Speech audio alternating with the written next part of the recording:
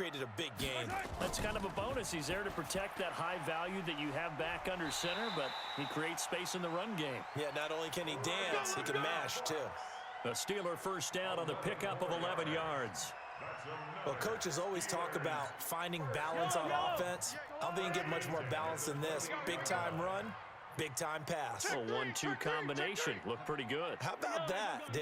Let's see if they can continue to take that kind of a punch, though. Mahomes firing complete. The completion good for 3, and it's second down. That first down completion only netted him 3. Second and 7. Now a give right side. Dickerson, and he is met quickly in the backfield. Down he goes, folded like a lawn chair. It'll be a loss of a yard, and just like that, it's third down. This one into the hands of Kittle, the tight end. And they stop him short of the first, as he can only get to the 20. The completion good for only 6, and that'll bring up 4th. It would be a very makeable field goal try from here, but instead they're going to go for it. Right over there, right over there. Yeah. Mike, 58, right there. Watch the 15. Watch the run. He's coming. We got double up. 2 minutes to play, first half. It's 14-0.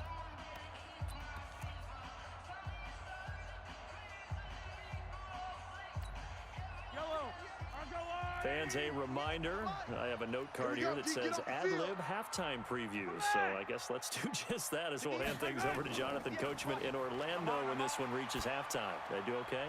You did great. Not a bad job. Hey. Writing down your ad-libs. If you print it, I'm going to read it. I'm Brandon Gaudin on first down. Dickerson. And he's going to get a solid gain of 9 before being brought down. Second and right at a yard. It's a gain of 9. Brings up second and a yard at that 8-yard line. On second and 1, Mahomes flushed out right. Man up, D. To the end zone, but it's incomplete. Brandon Cooks, the receiver he was going after, and it's third and short. It's been my observation there's been a nice variety of play calling defensively. You and I often talk about an offense's ability to keep a defense off balance with what they're doing. I think the converse has been true in this game. Yeah, I think you're right. They seem to have gone off tendency quite a bit, but only the second quarter, a lot of time to change things. And now the third down throw incomplete as well. Some of the fans here don't seem too happy about what we've seen in this first half. No, not at all, and I understand why. They've looked lethargic, out of sync, and it shows on the scoreboard. They'll go for it. It's Mahomes. This is caught. They get 6 yards going for it on 4th, and now it's first and goal. Well, the feel that I get on this is that they felt like 3 was just not going to be enough after getting this deep into their territory. And Charles, correct me if I'm wrong, but it didn't even look like they hesitated there. They knew they wanted to go for it. That tells me that during the week, they were thinking about these situations, and they feel like maybe they're just the better team, and they want to go ahead and prove it conclusively. And he's into the end zone. Touchdown, Steelers. Taking it in from 2 yards out as they are now on the board here in the first half.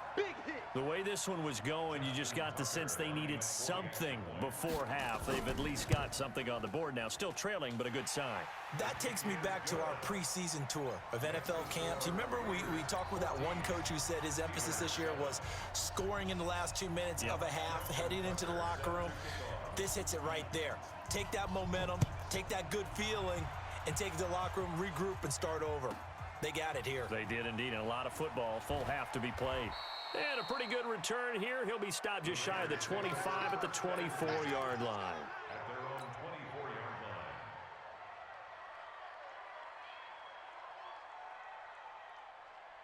line. The Raider offense set to get this drive started. You're under a minute to go here in the half. Field position not really in your favor, but still time to try and move the ball and get in field goal range. Yeah, you've got the lead. It's definitely a thought. Let's go ahead and try and increase it. But at the same time, I don't like the odds. I don't like where they are on the field. Got the lead. They've done well in the first half. Don't mess it up and go into halftime looking at each other wondering what if. From the 34 now, here's first and 10. Mike's 40, Mike's 40. You draw corpus. And all call. Safe. Jack. Yo, faster. But I go. They'll run here with Bo. And an alley to run. And defensively, they're just looking to keep him contained as they're able to get him down. It's a 7-yard carry to set them up with a 2nd and 3. Well, earlier this half, you were wondering how they were going to defend him. I think you used the term bottle him up at different levels. They've struggled to do that. They certainly have, because when you see them approach, in order to bottle them up at different levels, that front line's got to take care of business. Otherwise, he starts to sift through.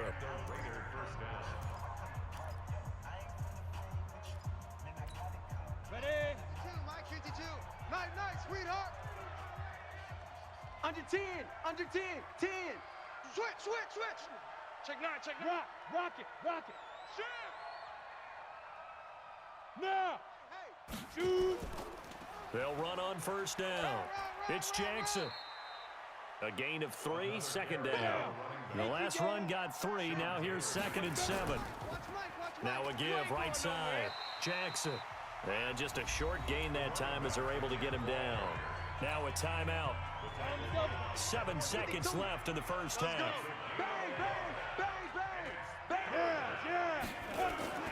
On 3rd down, he'll drop to throw. He's going to loft one. Deep lefts. It's caught at the 10. They're able to convert on 3rd down, and that sets up a 1st and goal. So with 1 second left in the half, on is the field goal unit. From the left hash, should be a fairly easy one here. Stenerud able to put this one through. But now there is a penalty marker on the field, so let's see what this is about. So we've hit intermission. It's halftime. This is the NFL, and it's a presentation of EA Sports. All right, Coach, thank you, and we welcome everyone back for quarter number 3. Stenerud now to kick this one away. This one taken just inside the 10.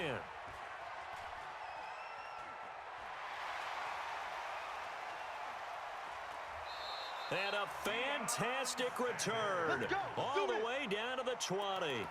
And that's the type of return that puts a tremendous amount of pressure on the defense now. They've got to go out on the field almost like it's a sudden change, almost like it's a turnover. They've got to go out there and try and stop them. But, boy, what a tough spot they're in. Mahomes now on 1st down. Looking end zone, but it's incomplete. They have not gotten him going at all. Tried to spark something there with a longer throw, unable to complete it. But you have to keep trying. He's one of their best playmakers. No matter what it says on the scoreboard, you're always trying to get him the football. After the incompletion, here's 2nd and 10 from the 20. Hey, tight end's right. Watch tight end. 3 down. Mahomes now to throw. Looking sideline, incomplete. You don't want to throw away this excellent field position, but that's 2 incomplete passes in a row. Definitely need something big here on 3rd and 10. Conversely, defense has done a good job on 1st and 2nd down. The coverage has been draped. Big play coming up. Here's 3rd and 10. I would expect to see some pressure here. The pressure drops off as they'll look to throw. He rifles one that's intercepted. LaMarcus Joyner with a pick. And a good return here as he takes it up past the 30-yard line. CD, with that incompletion, let's talk AFC playoff picture. I think you and I agree that if you put together any sort of power rankings, we'd put Baltimore #1, certainly in the AFC. But you look ahead to the playoffs getting started on January 4th. Who do you see as their main competitor for that Lamar Hunt trophy? Well, tradition and us not wanting to be wrong dictates that we say New England next. And rightly so, because of the number of Lombardi trophies they've won, how they've always played at this time of year. But the bottom line to me is the prime contenders right now for Baltimore, Kansas City. Patrick Mahomes has got it together and the defense is playing better. And Buffalo really showed me something when they beat Pittsburgh in Pittsburgh. Nowhere to escape, and he goes down. The sack there by J.J. Watt. Well, partner, we know they came out of the locker room down on the scoreboard, but I will guarantee you the defensive side of the ball got super emotional. They can come out and play with aggressiveness, with fury, because they don't have to be quite as precise, and it paid off for them on that play, didn't it? Sure did. Excellent play, really setting the tone for this 3rd quarter. Now throwing on 3rd down there, but he cannot connect. So it doesn't look like they're going to be able to build off the turnover. Well, the defense certainly did its part to get them the football, but you're exactly right. It looks like they're going to have to punt this one away, and it's not a turnover, but doesn't it feel like one after grabbing the momentum with the defensive play? Yeah, and they had all that momentum after getting the football, and now zapped right back in the other direction. Yeah, Sanders now to return. A very good return there. Give him an even 20 yards. And the Steelers will go on offense here, 1st and 10.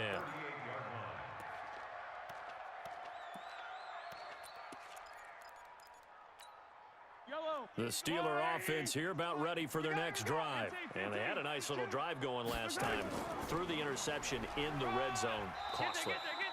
Bad enough to throw it anywhere, but that drives coaches insane when they're thinking about, hey, we've got a shot at points already. We're already in a spot where you're thinking you got 3 on the board for sure, and to come away with nothing, that's a really tough one for them to swallow. Yeah, will they make up for it? Here I come again. On 2nd down, Dickerson. Check 50, check 50. Check. Now he's going to get this all the way down inside the 35. 23 yards the pickup there.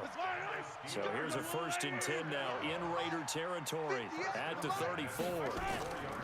They'll keep it on the ground. Dickerson.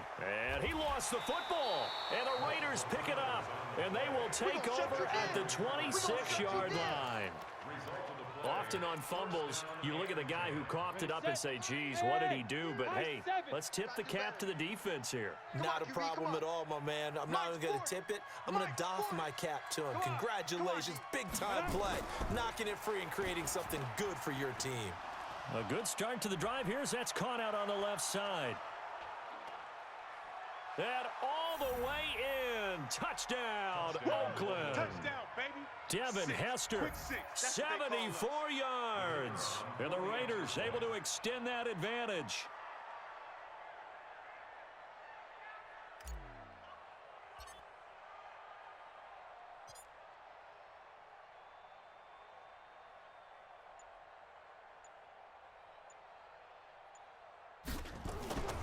And oh, it's blocked. The Steelers get it, but he doesn't get far. They're able to stop him. And after all that, the extra point attempt unsuccessful. I rarely question anyone's effort on the field. But normal, you give up a touchdown like that, a long-distance play. And now it's blocked. Picked up by the offense. This is a live ball. But he will not be able to bring this one back, and the extra point attempt unsuccessful. Oh, we got it. Good job, D. Good job, D. Well, times have definitely changed on the PAT, on the extra point, haven't they? A lot more effort goes into this play from both sides. Yeah, because let's face it, a lot of time on extra points, the effort is not what it is when you're trying to block a field goal. No doubt about it. And before, when the ball was snapped on the 2-yard line, it was really a virtual chip shot. Now everyone believes they can get to it and knock it away, and we know how crucial every point is. So the defensive guys, they spent a lot more time trying to get that done, which means there's more pressure on the offensive guys trying to kick it. Let's go. The Steelers take over 1st and 10 at their own 23-yard line.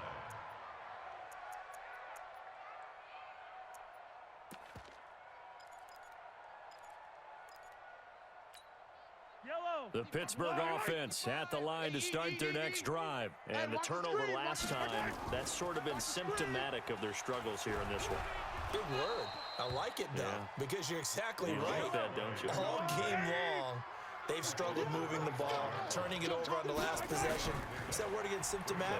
Yeah. I like that. Your analysis, symptomatic of the success of this broadcast. What I like is that you gave me the word, and I just kept using it. 23 yards the pickup there. Some guys just simply have it, and Randy Moss is one of those guys. His big playability, once again on display right there. That's what he's known for. He averaged 15.6 yards per reception during his playing days. Highest career yards per catch average. This is intercepted. Ronnie Lott, the Hall of Famer, with a pick. With that in